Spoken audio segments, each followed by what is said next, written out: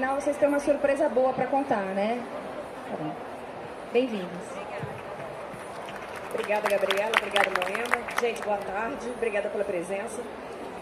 A gente vai discutir hoje, vai apresentar hoje um tema que parece um tema assim meio diferente, né? É a relação de Facilities Management e a parte de responsabilidade social. Então, a gente vai tentar desmistificar um pouquinho essa relação, como é que isso acontece, tá? E para começar, a gente não pode deixar de falar do Facility Manager. E durante muito tempo, o Facility Manager, ele foi visto como aquela pessoa que executa um trabalho super simples, né? Ou seja, você vai para dentro de uma empresa, então você vai trabalhar na área de infraestrutura, na área de real estate, e cada lugar tem um nome diferente. Ah, você vai tirar de letra. É igualzinho gerenciar a sua casa. Quantos de nós já ouviram isso? Né? Só que, à medida que o tempo vai passando e que as demandas vão chegando, a gente percebe que não é gerenciar a casa da gente. Porque, pelo menos na minha casa, não tem 600 pessoas, 1000 pessoas, eu não tomo conta de 45 banheiros, eu não tenho 25 elevadores, eu não tenho fan coils, eu não tenho nada disso. E aí a vida da gente começa a complicar um pouco, né? Porque de vez em quando a gente é ninja, de vez em quando a gente tem que andar em bicicleta sem conseguir, às vezes sem saber andar na bicicleta, às vezes a bicicleta está no meio de uma confusão, no meio de um tiroteio, e mesmo assim a gente vai ganhando expertise, vai aprendendo a fazer, vai entendendo a solicitação do cliente que está ali na frente, vai juntando tudo isso. E ao longo do tempo, o Facility Manager, a pessoa que cuida de facility dos prédios, ela começou a juntar uma série de expertises até virar esse camarada aqui. Ou seja, o pneu do diretor furou. Só que o carro do diretor estava dentro da garagem do seu prédio. A pergunta que o Facility Manager faz é: o que eu tenho a ver com isso? E para completar, o camarada não tinha step. Mas se furar dentro da garagem do prédio, a responsabilidade é sua, porque ninguém vai conseguir resolver aquilo, ele vai te chamar. E aí, você vai precisar tirar o carro dessa garagem, porque não tem step. Só que essa garagem não entra guincho, está dentro de um condomínio. Então começa uma série de coisas que essa pessoa aqui começa a ter que resolver e que não faz, são coisas que não fazem parte só da manutenção, da zeladoria, da recepção, do que seria a atividade teoricamente original de um Facility Manager. Só que isso aqui agora virou espaço comum. Por que virou espaço comum? Porque o Facility hoje, o Facility Manager, o Coordinator, o Supervisor, o Facility alguma coisa, ele tem que ir muito além disso. Ele tem que resolver problemas e ele tem que fazer a diferença. Por que fazer a diferença? Gente, eu estava falando agora mesmo para vocês que a gente enfrenta coisas que não são do nosso dia a dia. Por exemplo, eu costumo contar um caso que as pessoas ficam horrorizadas, mas que é verdade. Um belo dia eu estava na Argentina, eu tomo conta de toda a área de facilities da Shell na América Latina. Eu estava na Argentina, era uma sexta-feira, eu estava esperando da hora para eu ir para o aeroporto. E aí uma pessoa que eu tenho, que é o gestor de uma planta de lubrificantes, me liga com a seguinte informação: temos um problema. Eu falei: que novidade, a gente tem problema todo dia. Ele falou: não, é um problema grande esse. Eu falei: qual é o problema? Tem uma cabeça humana boiando perto do enrocamento da planta. Aí eu falei: como é que é a história? Aí eu falei: pelo amor de Deus, hoje é sexta-feira, para de brincar. Aí ele: não, tem uma cabeça. Aí eu falei: tá bom, tem. Vai ver que tem duas. 2 segundos depois chegou no meu WhatsApp a foto da cabeça. Tá? E aí eu liguei de volta e falei: você não estava brincando? Ele: para mim não estou brincando não. E o que a gente faz com isso? Eu: liga para a polícia, liga agora para a polícia. A polícia do outro lado da linha foi fantástica. Primeira pergunta: cabeça de homem ou de mulher? Qual é a diferença que isso faz, pelo amor de Deus? Tá? Aí a resposta foi mais do que rápida: olha, eu não tenho contingente para atender quem está vivo, então o morto aí vai esperar. E aí começou a confusão dentro da empresa, né? Imagina uma empresa do tamanho da Shell com uma cabeça boiando, indo e vindo perto de um enrocamento. E aí a gente liga para a área de segurança, a gente liga para um lado, liga para o outro. E a área de segurança foi peremptória, falou: faz o que quiser com a cabeça, só não deixa grudar no enrocamento, porque aí vai virar um problema penal para a Shell. E aí, gente, desse tipo de problema, parece uma coisa absurda, né? Mas é esse tipo de problema que esse carinha aqui tem que resolver.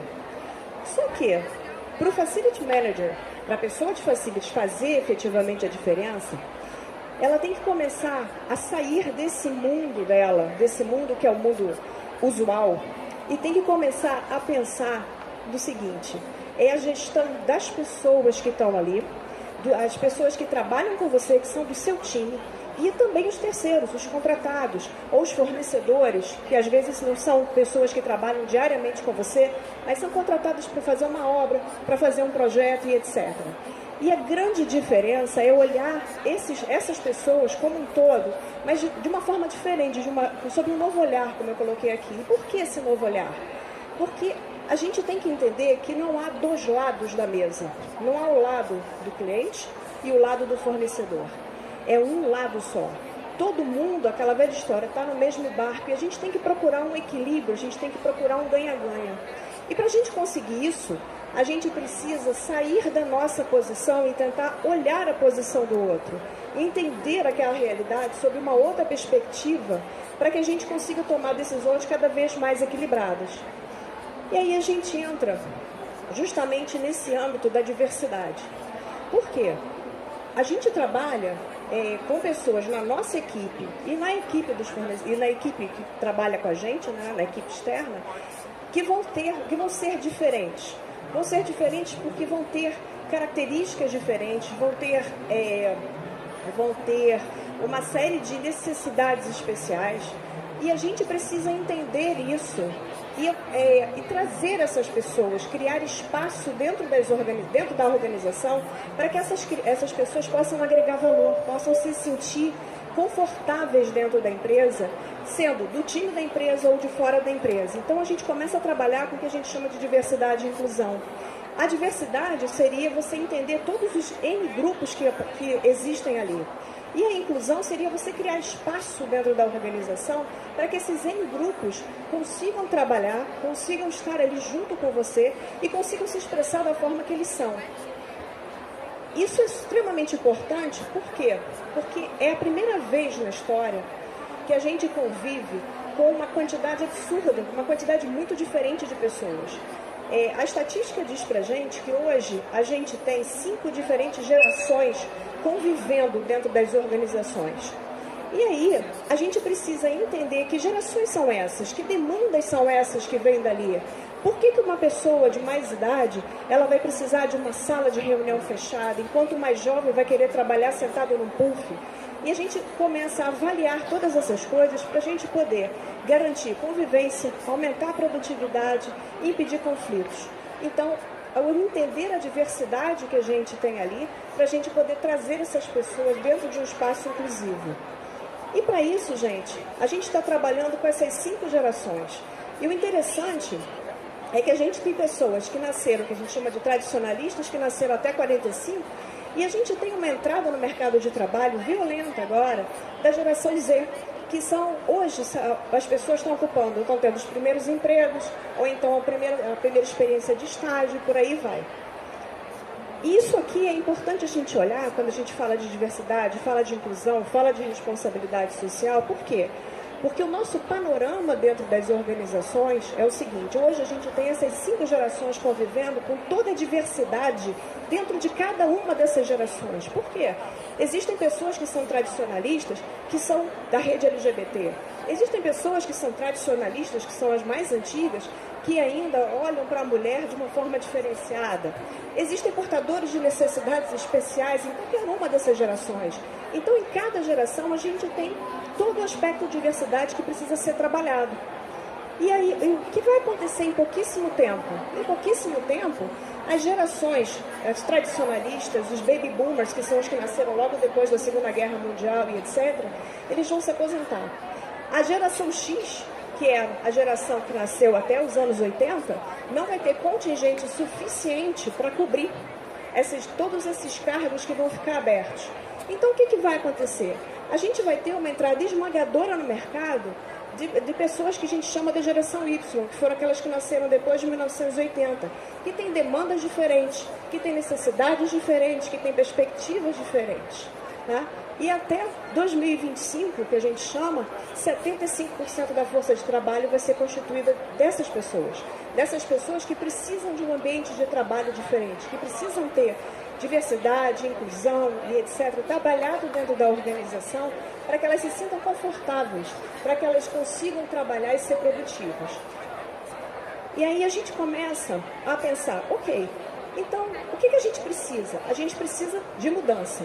E a mudança, ela tem que vir em 3 níveis, que são o nível pessoal, quando a gente olha para dentro da gente mesmo, a gente começa a pensar em que eu acredito, em que eu não acredito, quais são os vieses, né? O que eu preciso derrubar em termos de crença. Quando a gente fala de uma mudança interpessoal, que é quando eu olho para o outro e começo a entender como é que tem que ser o meu relacionamento com o outro, para que eu possa abrir espaço para que essas pessoas venham. E a gente tem o terceiro nível de mudança, que é o organizacional, que é a própria empresa abrindo espaço para que efetivamente essas mudanças possam ocorrer, porque não adianta a gente tentar, enquanto gerente, enquanto gestor, querer mudanças no nível pessoal e interpessoal e a empresa não permitir isso. E aí a pergunta que vocês devem estar fazendo é, mas o que isso tem a ver com o Facility Manager? Aquele cara que é o super-homem e que tem que enfrentar toda essa, hoje ele é uma peça importantíssima dentro dessa gestão de pessoas, é a pessoa que tem uma habilidade louca, justamente pela gestão de pessoas e por toda a bagagem de conhecimento que ele tem, pelo fato dele ser generalista, é a pessoa que transita dentro da organização em todos os níveis. E é a pessoa que tem possibilidade de influenciar decisões, é a pessoa que tem possibilidade de trazer as novidades, é uma das pessoas que tem possibilidade de trazer as novidades para dentro da organização. E aí é o gancho do Facility Manager, efetivamente, com a responsabilidade social. É usar essa pessoa que tem que fazer uma gestão diferenciada de equipe, né, e que tem toda essa característica de flexibilidade e trânsito dentro da organização como um influenciador dentro da empresa. E aí a gente passa justamente para o gancho da responsabilidade social. Oi, boa tarde, pessoal. Sou Luiz Fazio, da Claro Construtora e presidente do Biosaneamento. A Ana, que é diretora também. Eu queria começar discutindo um pouco responsabilidade social, uma comparação, não é um antagonismo, mas um conceito antigo que a gente tem de filantropia. Não antagônico, porque a filantropia é super importante, mas eu falo filantropia é aquela empresa, aquela pessoa que ao longo da vida teve pensou no seu negócio, pensou no seu desenvolvimento pessoal e arrecadou muito dinheiro e precisa dividir o que ele arrecadou para construir um mundo melhor. A responsabilidade social, a maneira que a gente aplica, o nosso case prático e o que eu acredito, é você aproveitar a experiência do profissional, a capacidade da empresa, o próprio negócio, pensar o tempo todo em como esse negócio impacta a sociedade, como ele pode ser menos impactante negativamente ou impactos positivos que a sua capacidade pode gerar para o país e para o planeta, né? Aqui, citando exemplos e pessoas que orientaram a minha jornada e a nossa jornada com responsabilidade social, a questão de construir muros, de destruir muros e construir pontes do Eduardo Lira. Para quem não conhece o Eduardo Lira, vale a pena conhecer, você consegue ver um videozinho dele muito legal que tem no YouTube. Ele está à frente do Gerando Falcões. E um outro ONG que eu participei, onde eu conheci a realidade, o Teto, que é uma ONG que faz abrigos de emergência em favelas. Você precisa, para transformar a realidade, conhecer a realidade. E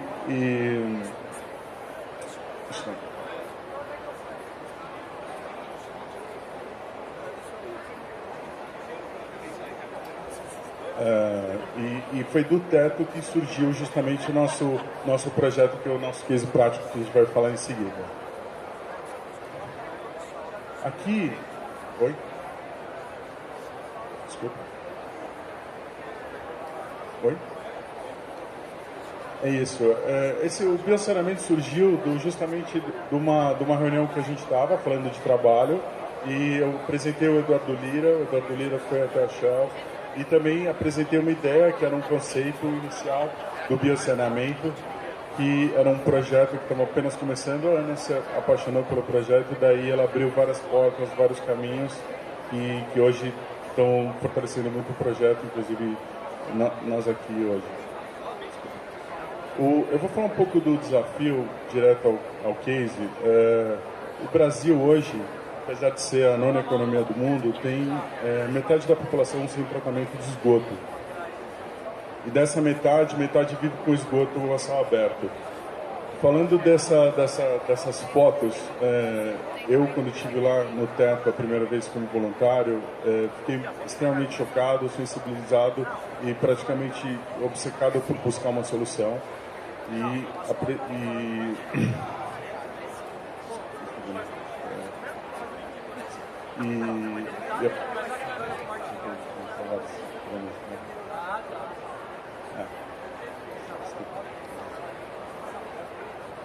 Olá, Luiz, deixa eu te lembrar. Aí você foi no teto, você precisou buscar, você ficou incomodado com toda a parte que você viu de falta de saneamento. E aí o Luiz faz parte da associação do Instituto Grajaú. E dentro do Instituto Grajaú houve um desafio, houve o primeiro desafio para ele, que foi: como é que a gente resolve o problema do esgoto no assentamento que está ali junto do Instituto Grajaú? O Instituto Grajaú fica aqui em São Paulo. Isso, fica na zona sul de São Paulo. Fui desafiado pelo presidente do Instituto, Roberto Lepe, para resolver o problema. Eu extremamente impactado com meu trabalho no teto. Falei que eu não ia fazer um projeto que resolvesse apenas o Grajaú, e sim faria um projeto que pudesse ser estendido a outras comunidades. Daí surgiu, conheci o Guilherme Castanha, que apresentou a solução do biodigestor, E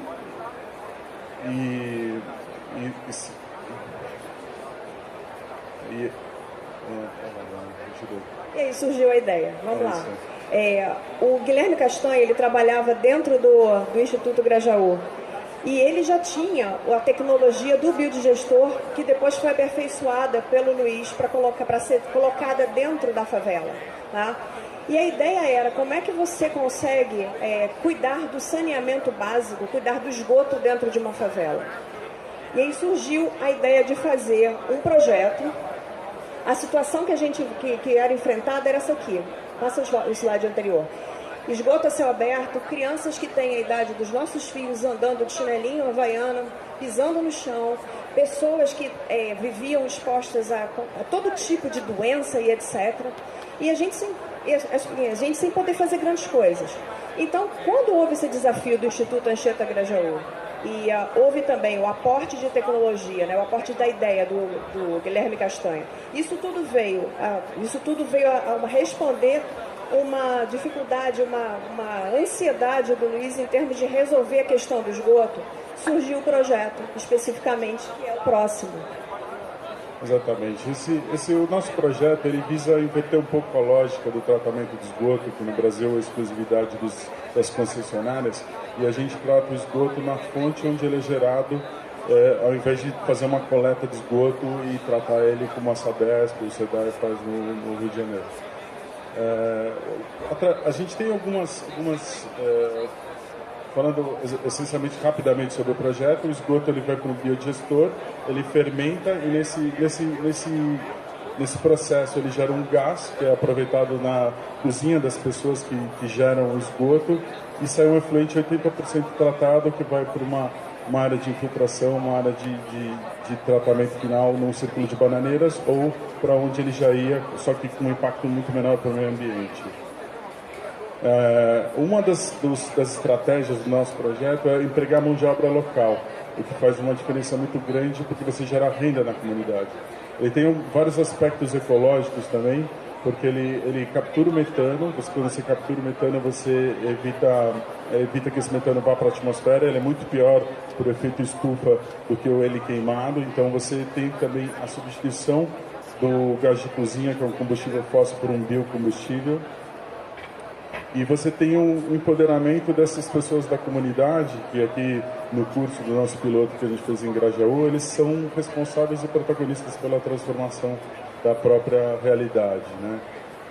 O Facilities Manager, ele é uma pessoa dentro da empresa que tem uma sensibilidade, pela sua capacidade generalista de encarar os problemas, de apoiar muito esses projetos, também entender os projetos. O Facilities Manager ele já pensa naturalmente fora da caixinha, ele cuida de eventos, ele faz atividades muito diferentes e técnicas muitas vezes. A gente tem muita facilidade de comunicação com a Ana, e a Ana se apaixonou pelo projeto e conseguiu enxergar um projeto tão diferente fora da caixinha pelas características de ser Facilities Manager. Ele também tem acesso a toda a empresa e pode internamente divulgar o projeto. Projetos dessa natureza, de responsabilidade social, eles também demandam muito ações voluntárias. E uma mobilização de voluntários é uma coisa que o Facilities Manager também tem uma capacidade muito grande de organizar. Falando um pouco mais do nosso projeto, a geração de renda, ele é modular, então ele pode ser executado em qualquer comunidade. Ele tem um potencial muito grande de geração de créditos de carbono. Ele tem um ciclo rápido, então as pessoas da própria comunidade que vão ser treinadas, elas aprendem a fazer o biodigestor num ciclo muito curto, ele é feito em 4 dias. Então, é fácil você replicar. A pessoa, você tem um grupo inicial, que é o que já está fazendo os biodigestores no Grajaú, e a gente vai agregando mais pessoas que num ciclo curto elas podem aprender e ensinar outras pessoas, levar para outras comunidades e tem um crescimento exponencial de mão de obra que vai poder implantar o projeto. Só fazendo um gancho e fazendo uma ligação com o Facility Manager, uma coisa importante, gente, é que quando a gente sai de dentro da organização, né, e a gente começa a olhar para problemas que são externos e que num primeiro momento você pode falar o que tem a ver o esgoto lá numa comunidade em São Paulo ou em qualquer comunidade a ver com o trabalho que eu faço. Só que você sai daquela sua realidade, daquele seu dia a dia, e você começa a enxergar a realidade de pessoas que têm muito menos que você e que vivem reclamando muito menos do que você. E quando você volta para o seu ambiente de trabalho, você começa a ver que aqueles problemas que para você eram desse tamanho, eles não são tão grandes. Você consegue contornar aquilo dali de uma forma muito melhor, muito mais rápida. Então é um aprendizado de vida, porque você também você ganha a possibilidade de sair do seu espaço e de você conseguir olhar uma realidade sob uma outra perspectiva. E quando você traz essa ideia para dentro da empresa, as decisões que você tem que tomar correlatas ao seu trabalho, você começa a fazer esse mesmo exercício. De não ser só aquela sua opinião, a sua visão, de você tentar enxergar como é que o outro lado está enxergando aquilo, qual é a expectativa do outro lado. E o bacana dessa história, eu estava comentando com o Luiz, eu estava com 3 posições abertas há pouco tempo na Shell, eu estava fazendo entrevista para essas posições. E estava com uma pessoa me ajudando nessa entrevista, que é uma pessoa extremamente dura, né? É um ex-militar, uma pessoa aquela pessoa que segue a cartilha, né? E de repente, essa pessoa virou para mim e falou assim: você já fez as suas perguntas para o candidato? Era o primeiro candidato que a gente entrevistava junto. Eu falei: já. Aí ele para mim: eu tenho algumas. Eu falei assim: fica à vontade.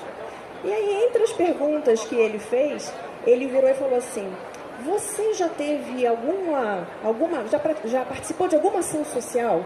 Você tem algum trabalho voltado à responsabilidade social? Gente, naquela hora, o choque foi para mim, não foi para o candidato. Acho que eu fiquei mais espantada com ele perguntando isso do que efetivamente o candidato. Eu parei, olhei e falei: você perguntando isso? Né? Aí eu lembrei que a gente estava no meio da entrevista, deixei a entrevista e até o final, mas entre um candidato e outro eu chamei ele, eu falei assim: escuta, posso tirar uma dúvida com você? Uma curiosidade minha, mas por que você perguntou isso? E a resposta dele, no alto daquela dureza dele, foi: porque é visível, é notório. Depois que você começou a mexer com isso, a trazer isso pra gente, é impossível a gente olhar uma realidade só sob a nossa perspectiva.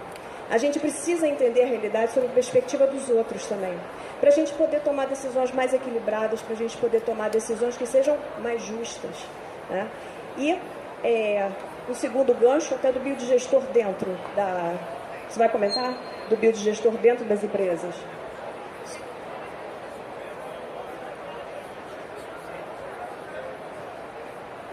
Na solução do biodigestor, houve algum patrocínio da Prefeitura de São Paulo ou da Sabesp ou engajamento desses órgãos?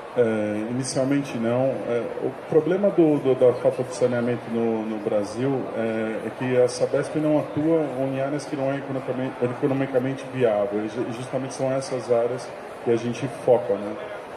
A gente tive uma reunião com o presidente do CETESB e com o pessoal de meio ambiente da Sabesp. Eles apoiam o projeto, mas eles não têm instrumento legal e nem agilidade para nos apoiar. A nossa estratégia, pelas características do projeto, na verdade, quando a gente passa por essas características, ele se mostra, foi pensado como um projeto de alto impacto para empresas publicarem no seu balanço de responsabilidade social e sustentabilidade. Então, a ideia do projeto, ele vem já recebendo muito apoio, já patrocínios em andamento, é que ele seja um projeto de ouro para investimento de verbas de responsabilidade social de grandes multinacionais. E o projeto piloto foi apoiado pela Universidade de Michigan.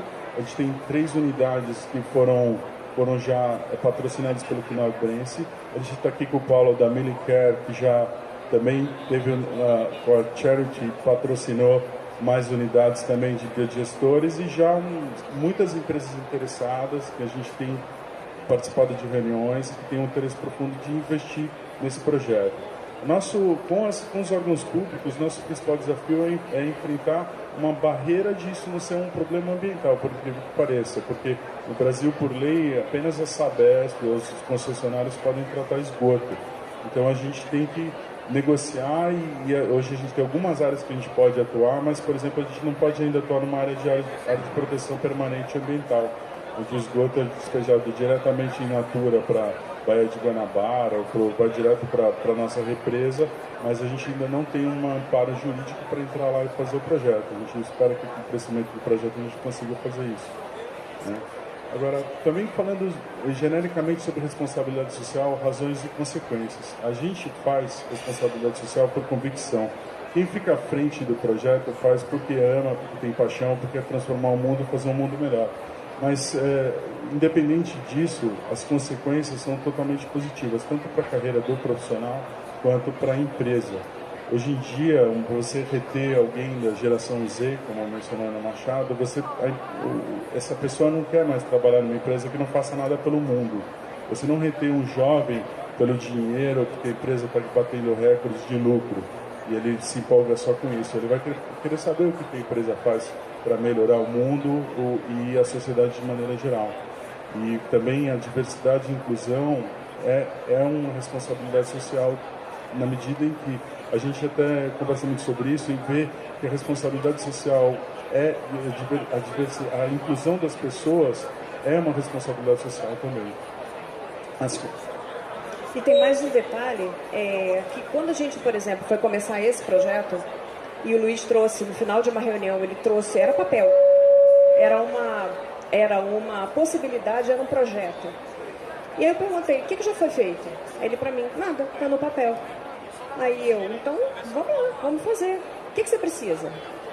Então foi assim, paixão no primeiro momento. Mas, e pensando, no primeiro momento foi pensando para fora da organização.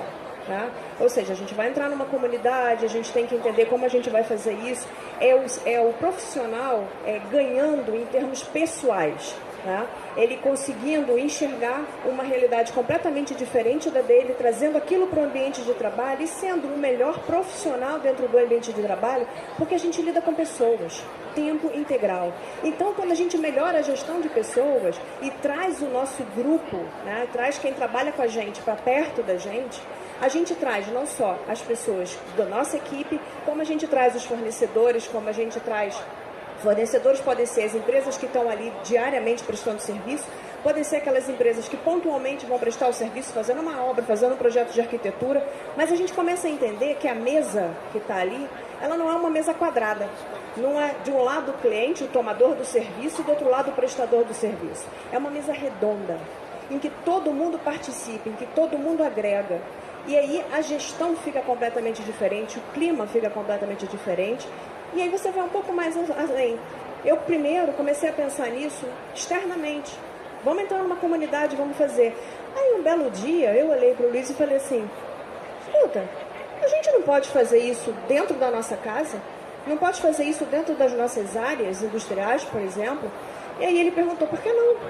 Então, uma solução que saiu para atender uma necessidade externa, ela pode ser usada, por exemplo, dentro de uma planta industrial onde você tem uma cozinha. Que você precise, mas que você possa usar aquele resíduo orgânico para poder, de uma forma, ser digerido por bactérias anaeróbicas e gerar gás que você vai usar para cocção dentro da sua própria cozinha e vai diminuir contas que você tem, coisas que você paga diariamente, né, mensalmente. Então, não existe, gente, não existe separação, está tudo interligado. Uma coisa que você faz para fora da organização, ela acaba revertendo não só em termos pessoais, mas também em adaptações ou ajustes e utilizações que você pode fazer dentro da própria área de facility para melhorar a sua performance, para poder melhorar a performance de um prédio. Essa pergunta que eu fiz para ele é justamente para trazer uma ideia de um biodigestor desses para uma planta de lubrificantes que tem 105 anos de idade. Então, imagine o impacto que isso vai causar, uma economia de gás para cocção, e também o fato de você estar trabalhando com uma tecnologia limpa. Então, assim, o ganho é geral. E pegando o gancho que a Gabriela colocou, ontem a gente escreveu esse projeto no Creator Awards da WeWork, que é um concurso mundial que premia empresas e iniciativas sem fins lucrativos de alto impacto social.